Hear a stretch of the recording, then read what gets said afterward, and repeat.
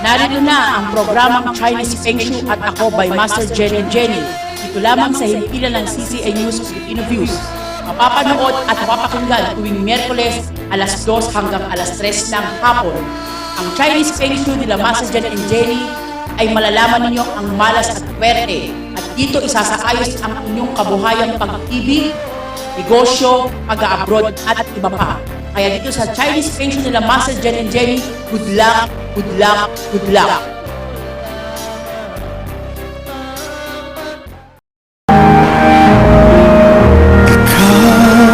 Magandang hapon po sa inyong lahat. Nandito po tayo sa programang Chinese Feng Shui po by Master Jenny Jenny. Master Jen? Magandang hapon sa inyong lahat. Di si Mads at saka yung si Noria, no? O Noria, magandang hapon. At syempre po, ang aming programa, ang Chinese Feng Shui, ay mapapanood po ninyo dito po sa CCN News, Filipino Views Channel TV. Ang programang Chinese Feng Shui po ay tuwing Miyerkules po alas 2 hanggang alas 3 ng hapon. At syempre po, ang aming executive producer na si Mads Pangulima, siya rin po ang publisher ng CCN News.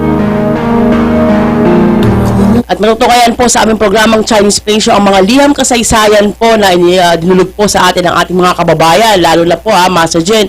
Meron tayong liham na isang babae na nakulong.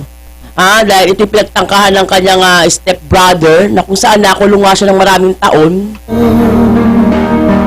At syempre yung mga lucky color, yung mga masuswerteng kulay po na dapat po natin gamitin mula Lunes hanggang Linggo. At syempre po yung mga lucky number na talagang ni-request po ng ating mga kababayan. Hindi lamang po dito sa Luzon at Visayas at Mindanao, maging ibang sa palig ng mundo. Kaya happy listening po dyan sa Pakistan po tsaka sa India, yung mga nanonood po sa aming programa nga Chinese Feng Shui. Magandang hapon at magandang gabi sa kanila, no? Actually, ilang oras lang ang pagitan ng Pakistan at tsaka ng India sa Pilipinas. Kumbaga, 5 hours to 3 hours. At syempre, happy listening po, no? Diyan po kalaya Mrs. Eva Omega Copper, Mr. Dibari Omega Ledesma, Lailani Omega Ledesma, Lourdes Omega Ledesma. Diyan po ay galing po sa Riverway, Sacramento, California, USA. Ang family Omega Ledesma na lagi pong nakatutok sa ating programang Chinese Feng Shui.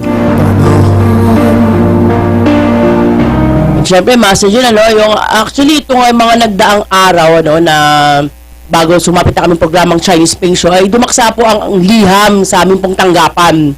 Na kung saan nga po, meron pong, ito pong lumiham sa atin, Master Jun, natawagan natin Lourdes. Bali, ito'y kaisa isang anak ng isang donya. Na kung saan ang kanyang mother na nakapag-asawa ng may pamilya, na kung saan meron dalawang anak na lalaki, na kung saan nga ay ikinasal ng hindi alam nito ni Lourdes yung kanyang ina. Na ayon nga sa kanya, syempre bilang isang anak, nararamdaman niya na peke yung pagmamahal nitong napangasawa ng kanyang ina.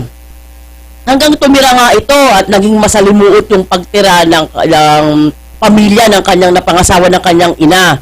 Hanggang pinagtangka ang panganggahasain to si Lourdes ng kanyang pinakasama, yung pinaka-anak nito. Hanggang nakulong pa nga si Lourdes ng maraming taon. Na nagkaroon siya ng boyfriend na isang mayaman, nabuntisan siya. Pero dahil siyempre, alam mo naman sa correctional, hindi pwedeng manatili ang bata, iniwan niya to o naiwan to sa pangangalaga ng kanyang ina, na kung saan kasama nga yung dalawang step sister niya.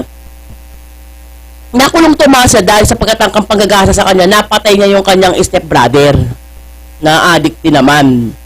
Kaya naman pagkaraan ng ilang panahon, nakalaya si Lourdes. Ngayon muli siyang nagbabalik, wala na lahat ng kabuhayan ng kanyang ina. Na kung saan yung tinaguyog nila ng ilang taon, yung kumbaga tulungan ng kanyang magulang, na ubos na. Ang tanong sa ating programa, Master Jim, ano ang paghaharap nila ng kanyang ina? Nabalitaan din niya bago siya lumiyam sa atin, namatay daw sa aksidente ang kanyang ina. Pero ang hinala niya, pinatay ng anak ng kinakasama niya. Kaya anong mabibigay mong tulong? Kasi nagbabalak siyang magpakita muli dito para kumbaga bawiin kung ano yung naiwan pa ng kanyang ina. Saan master yung lalaki? Sinong lalaki? Maaaring pinaginalam.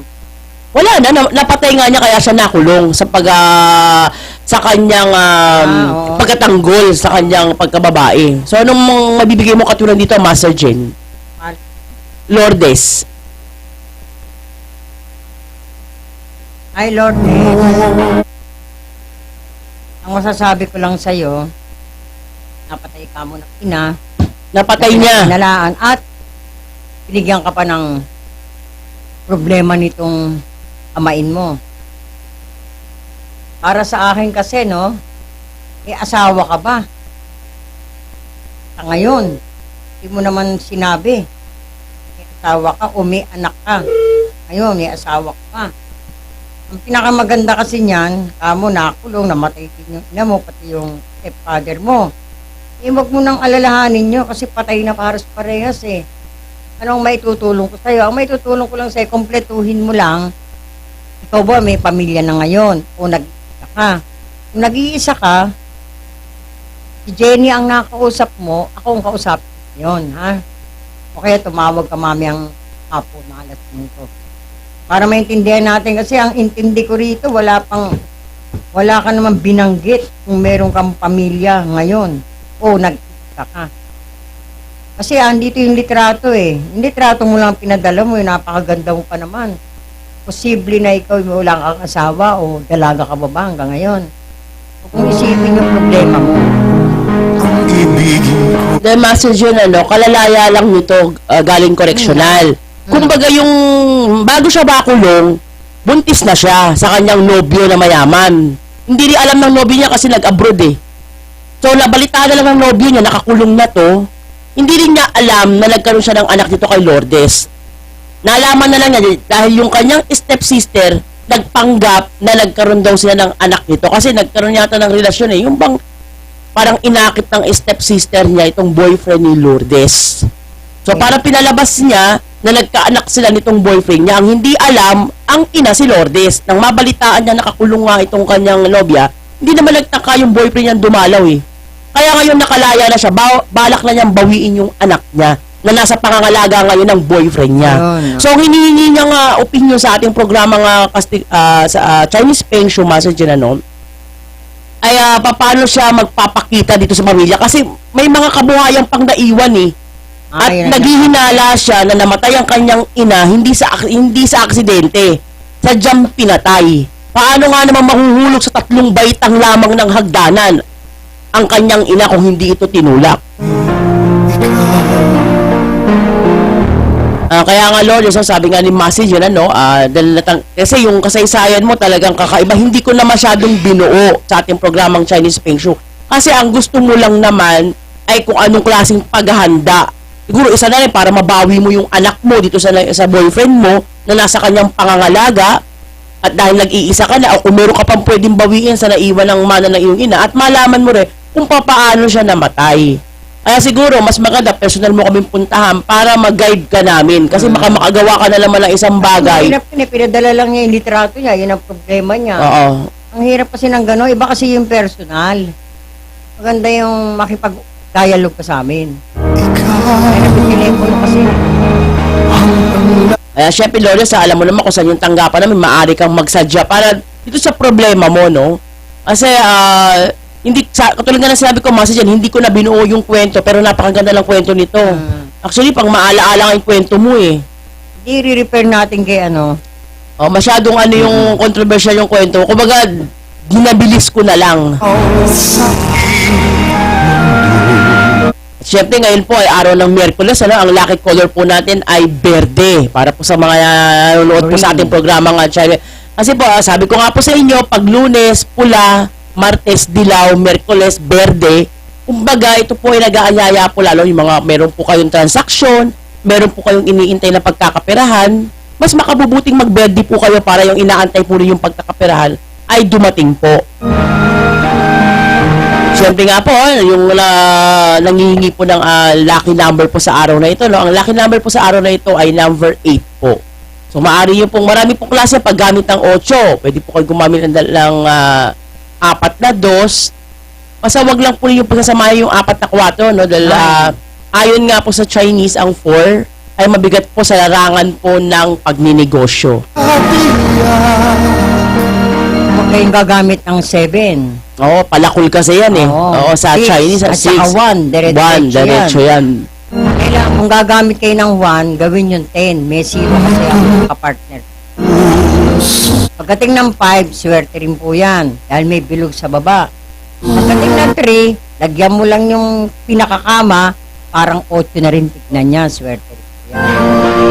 Sa 11, 14, 17, at 20, medyo mabigat po sa pera yan.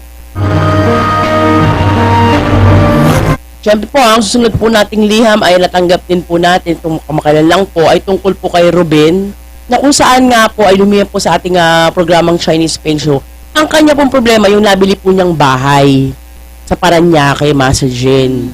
Ang hindi niya alam, yung palang bahay na yun, marami na pala naging owner o marami nang naging may-ari ng bahay na ito. Na kailan lamang niya nalaman dahil ang kwento, siya nga nag-a-abroad eh. Nalaman na lang niya yung kwento nang dumating nga siya mula sa abroad at tumira siya dito na meron nga siyang nararamdaman sa bahay na yon. Na doon sa ano nila, sa kwarto, laging may dumadaan na nakaputi. Hindi sila mapakaling pamilya, nagkakasakit ang pamilya nila. So, dahil napanood nga ang ating programang Chinese Feng Shui, gusto niyang idulog sa ating tanggapan, ano ba ang dapat gawin sa nabili niyang bahay? Kasi kung ibibenta na naman nila ito, baka mabenta na naman ito kasi nabili nila lang murang halaga eh. Possible din na mabenta na naman nila lang mura. Pero dahil napakinggan nga niya sa ating programang Chinese Feng Shui, na may remedyo. Ano nga ba daw ang dapat gawin sa bahay na meron nagmumulto? Ito po ay kay Ruben ng Paranaque. Ruben, ganito gagawin natin. Tignan mo muna yung pinto, yung araw, ano ang natatamaan. Kailangan nasa silangan ka. Maski mayroong mga sinasabi yung multo o may nagpaparamdam dyan, yun lang ang tignan mo muna. Ngayon, magsadya ka sa amin. Meron tayong kinakabit yan pagpasok ng swerte sa pinto mismo ng Yung front door. Oo, yung front door ninyo. Tapos yun sa kwarto, sa pagkainan, sa sala, at sa komedor. Ngayon, kung may puno ko naman, kung may likod yan at terrace sa likod, yung puno, kasi nasabi nilang mabigat, kailangan hindi lang natatamaan ng pinto. Yun lang. Magbabaon tayo ng 5 lucky charm. Saka hindi, message yun, kailangan alamin mo rin yung kwento ng bahay na yan. Kasi may mga bahay talaga. Kasi yung, ang tawag ito, yung paano mo binili yan, anong agreement nyo, bigyan mo ko ng Xerox copy. Dalhin mo rin yun, Tsaka alamin mo rin kung ano yung naging istorya ng bahay na yan. Kasi may mga bahay na may naganap na masakit, pagpatay, kasi maraming dahilan yan eh. Kaya nga sabi ko nga sa programang Chinese Feng Shui, mga nakaraang programa, dalawang klase ang bahay. Merong bahay yung nagmumulto, meron naman yung bahay na mula na kayong tumira, na ubusan kayo ng pera, nawawalan kayo ng trabaho. So dalawang klase yan. So base sa ngayon, base sa iyo, wala ka namang sinasangguling naghihirap ako, mabigat sa pera, parang hindi lang kayo mapakaling pamilya. So kailangan pagpunta mo sa tanggapan namin, dali mo yung litrato ng bahay nyo, yun nga, yung mga dokumento, paano mo nabili, anong agreement, cash ba yan, at saka yung ilang detalye kung ilan yung naging owner ng bahay na yan. Kasi doon natin, kukompasin natin yan, malalaman natin kung ano yung history. At least, kompleto ka pala, punta ka sa tanggapan namin, Kompleto yung kompleto yung mga kakailanganin mong dokumento para malaman namin yung naging problema ng bahay mo. Kasi, alam mo naman, sa panahon ngayon, dahil bukod sa mahirap na rin maglipat, nabili mo ng magandang halaga yan, tapos ibibenta mo lang ng napakamurang halaga dahil napupurwisyo kayo. So, may paraan po yan. Hindi po ninyo kailangan. Kasi kung iiwanan naman ninyo yung bahay, sasama rin sa inyo yan. Kasi nandyan na kayo na, kumbaga, dumikit na sa inyo yung kung ano man yung nakatira sa bahay na yan eh. So, ang solusyon na lang yan ay aalayan natin yan at pufungsyoyin. At syempre, ang ating pangatlong kasaysayan, na ihulog din sa ating Chinese Feng Shui, tungkol po ito sa isang byudo na kung saan nakapag-asawa siya, na napakagandang babae, Napakagandang babae na pangasawa niya. Kumbaga, 10 years ang tanda sa kanya nung nasabing na pangasawa niya. Dahil base dito sa lalaking ito, magandang lalaki ba yan? ayun ang hindi ko na alam, Master Jen. Nagpapatawag na siya sa pangalang magandang babae.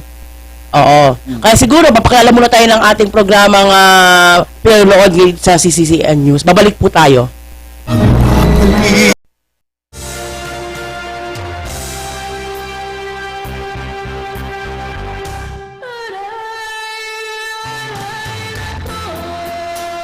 Narito na ang programang Chinese Feng Shui at ako by Master Jen and Jenny. Dito lamang sa himpilan ng CCN News Filipino Views. Mapapanood at mapapakinggan tuwing Miyerkules alas 2 hanggang alas 3 ng hapon. Ang Chinese Feng Shui nila Master Jen and Jenny ay malalaman ninyo ang malas at puwerte. At dito isasaayos ang inyong kabuhayang pag-ibig, negosyo, pag-abroad at iba pa. Kaya dito sa Chinese Feng Shui nila Master Jen and Jenny, good luck, good luck, good luck.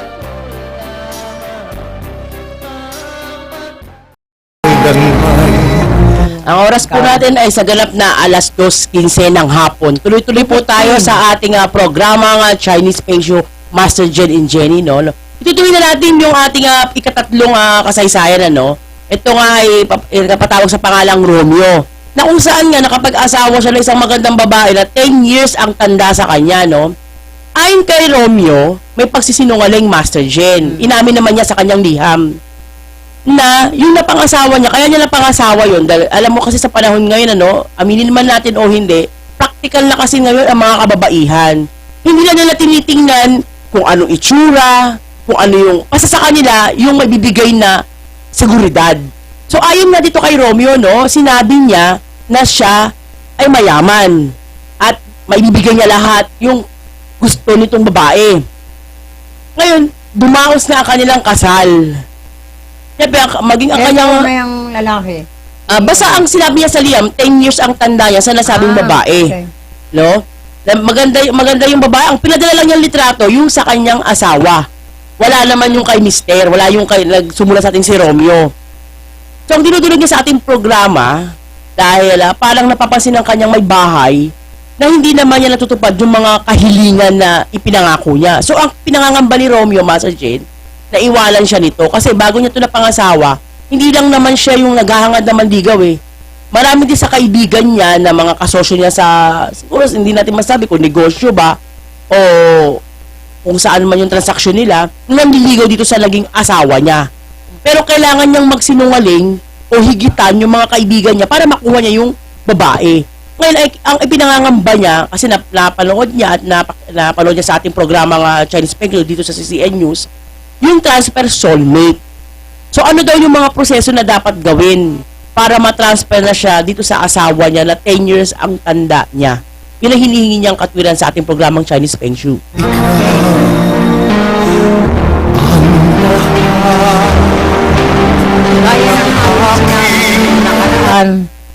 Ang pagka-transfer soulmate natin, bawat isa sa atin, minsan soulmate ka ng lalaki. Minsan naman, ang babae soulmate ka pero iba. Dalawang classic yan. Merong mga lalaki na ayaw magpa-transfer, lalo't malalaman nila na ang babae ay soulmate niya. Kasi pwede pang magloko. Ganon din ang babae. Soulmate siya ng lalaki, siya naman ay iba. Pwede pang maging malaya yung babae kaysa sa naging asawa niya. Ganito po ang pagka-transfer. Yan ang anak nila. Wala pa kasi Wala pa, no? kakakasal lang. Dahil kamo 10 years ang tanda ng lalaki sa babae. Ang pagka-transfer, kailangan magkausap, makausap ko kayong dalawa. Kailangan sasang-ayon. May mga bagay naman na sinasabi nila na hindi pumapayag ang bawat isa. Ngayon, ang bawat isa kasi, pag pumayag, parehas kayo, pinakamaganda yan, madali pong tumalab. 1 week lang po, transfer na po yan. 10 taon ang tanda ng lalaki. At kung mahal mo naman yan, kailangan talaga transfer soulmate. Ngayon, ang masama naman yan, yung lalaki, maski matanda sa'yo, ayaw magpa-transfer, yun naman ang magiging problema mo dyan. Mag-usap muna kayo bago kayo magsadya sa amin. Ngayon, pag nabuo nyo ang pag-uusap ng dalawa, nga sang-ayon ka, sang-ayon yung lalaki, dun lang kayo pwede magpa-transfer. Kasi mahirap, mayroong mga nagsasadya sa amin, Minsan nagtitinginan sila. Mag-asawa. Dapat pa o ano. Eh, sa nakikita ko kasi, ang bawat isa sa kanila, soulmate. Mhm. Yung isa, kabila. Ayaw. Yung pala naman, etong si lalaki, may others. Kaya ayaw Pero hindi si babae. Yung babae, tumatanggi. Ang tanong nila, Master, bakit ayaw ng asawa kong babae? Hindi ko naman masabi sa lalaki na ikaw, soulmate mo siya. Siya iba. Kasi, meron din siyang others. Diba? Mga bagay na yan, maski may others, ang bawat isa, pag haharap kayo sa aking dalawa, doon ko malalaman, pag sumagot lang ang bawat isa na okay, mawawala ngayon yung others niya. Maski soul niya yan. Tatanggalin natin, tatransfer natin, bawat isa, maging lalaki o babae. Ganun po yan.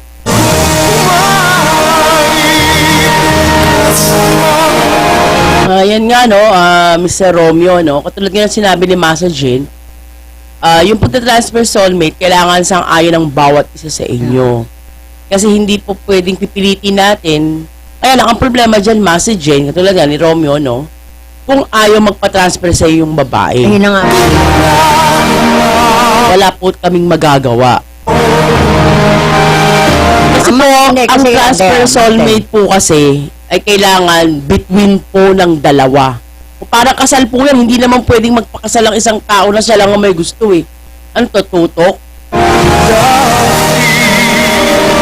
Mga bagay naman, ganito yan eh. Halimbawa, nagsama na kayo, siyempre pinag-aaralan ang bawat isa niyan. Kapag maganda naman ang bawat isa, ang pagsasama nyo, minsan sang-ayon na rin ang lalaki, sang-ayon din ang babae. Kaya nasa pagsasama yan. Ang mga ganyan, halimbawa, bago pa lang, hindi dapat nakikinig kanino man. Dan, kayo lang dalawa, ang pag-uusap nyo, kailangan sumang-ayon kayong dalawa. Huwag kayong makinig sa salita ng iba. Kung sino mang kamag-anak o kaibigang matalik na nagpayo, halimbawa sinabi, iwalayan mo na yan, o ganyan, ganun. Pag-aralan mo, ang pagsasama nyo, kayo lang dalawa ang makakalutas niyan. Pag maganda ang pagsasama nyo, kayo lang dalawa. Walang iba at walang pwedeng makialam.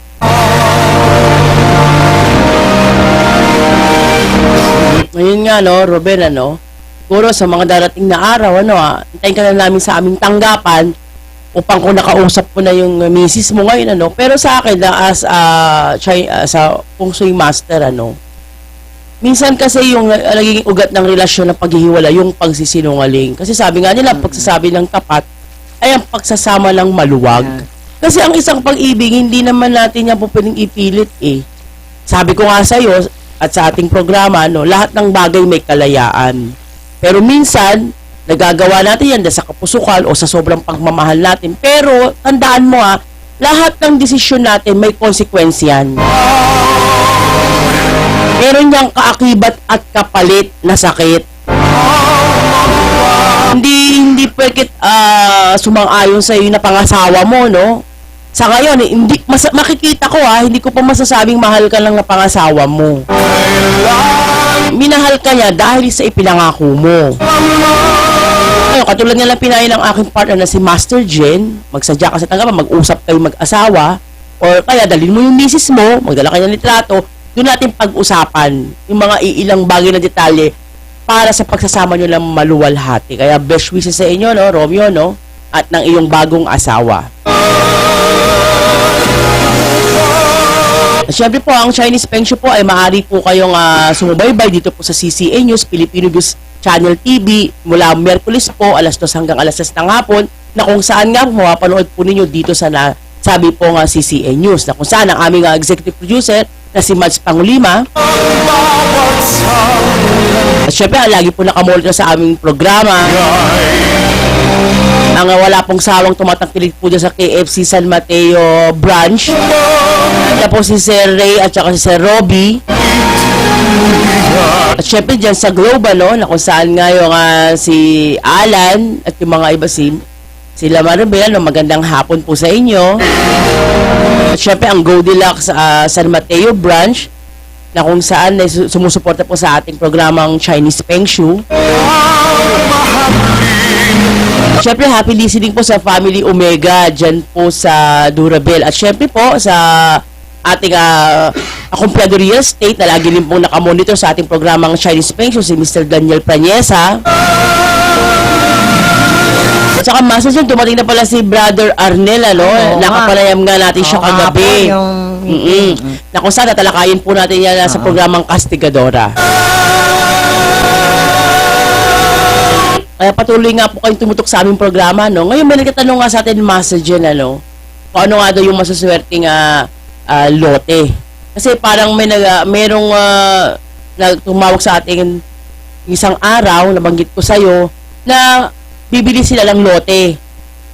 Yung napangasawa niya, Chinese, nagsabi nga sa kanya yung kanyang husband na mas humangguni ka sa mga feng shui. Para malaman natin yung mga lote, kasi siya, sa Chinese nga, yung kanyang asawa, hindi man pure na Chinese, naniniwala siya sa mga ano lang Chinese. So ano ba yung masuswerteng lote? Yung korte daw. Ano ba yung hinahanap nilang maswerteng korte para mabigyan mo doon ng konting guide? Yung sinasabi nga ni... Yung may letter L, letter... ganito, pinakamagandang hanapin nyo yung pabilog triangle. Triangle. Oo, Di ano yun, yung triangle. kwadradong ano yun, Kwadrado tagsulok. yun, pero may tatulok yun, kaya lang, parang may kaakibat na.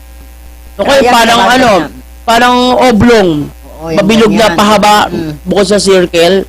Sa Kailangan, mga... halimbawa, pagka magpapatayo kayo ng bahay, gagawin nyo, letter P. Yung sa kusina, yung mga, kasi kung bibigay ko lahat ng detalye, alam mo nyo naman, di ba sinabi ko naman sa inyo, i-air natin pero pahapyaw. Yan kasi, personal yan. Panag ko. Nyo, dahil nasabi nyo nga na gusto nyo, yung kwarto nyo, tabi ng gate, hindi po pwede, mabigat po yun. Ibig sabihin niya, pagka ang kwarto nyo, katabi na ng gate, di ba may sasakyan ka, nag-aanyaya ka ng sakuna. Na kailangan magkatabi ang kumidor. At hindi rin pwede, gaya ng sinabanggit mo sa akin, yung hagdanan, maglalagay ka ng santo o ano pa man dyan, hindi mo pwedeng pumapanik ka, tinatapakan mo ang santo dahil Katolik ka. Ngayon, pagpanik mo pa lang sa hagdanan na sinasabi nga natin, kailangan oro, plata, mata. O, magbilang ka oro, plata, mata. Bilang po yan. Kasi mayroong mga bagay na kapag ka nagpatayo ka kaagad, dahil ang sabi mo, gusto mo may third floor. Nasa bilang po ng hagdan yan. Kasi pag ginawa niyo 7 o 13 o 11, wala na ho ako masasabi dyan. Kaya lang yung personal. At yung engineer, kung sakaling patatayuan mo yan, kailangan yung engineer, isama mo rin po. Kasi yun ang tinatanong kung pwede yung engineer pumunta sa amin dahil yun ang makakontrata sa'yo. Kailangan yung engineer, yun na lang ang makausap namin. At syempre, happy listening po dyan sa Ever, no? Lagi po nakatutok sa ating programang Chinese Feng Shui, kay Roda, at saka kay Habi, at kung tawagan nila Aso, no? At syempre, yung kaibigan nila, hindi ko alam kung Hapulesa to, na nakamonitor, ano, si Sugiyama Ichokata. Ayan, yung ating, siguro nakikinig to sa Japan. Ano siya ng ano, Nag-business sila. Malamang to nakapag-asawa to ng hapon. Kaya hi kay Roda dyan sa Ever, no? Yan lang talagang umaano ng aking mga cellphone, eh. Yung mga accessories ko, si Roda. Magandang hapon sa'yo. Siyempre po, ang Pacheco Brothers na nakatutok sa ating programang Chinese Feng Shui. Magandang hapon po. Siyempre kay Mr. Aquino, no, dyan sa Payatas, Quezon City, sa San Isidro, na kahapon din, nakapanayam din natin, nakasama natin, no? Siguro papakalala po muna tayo ng ating programang pinanonood.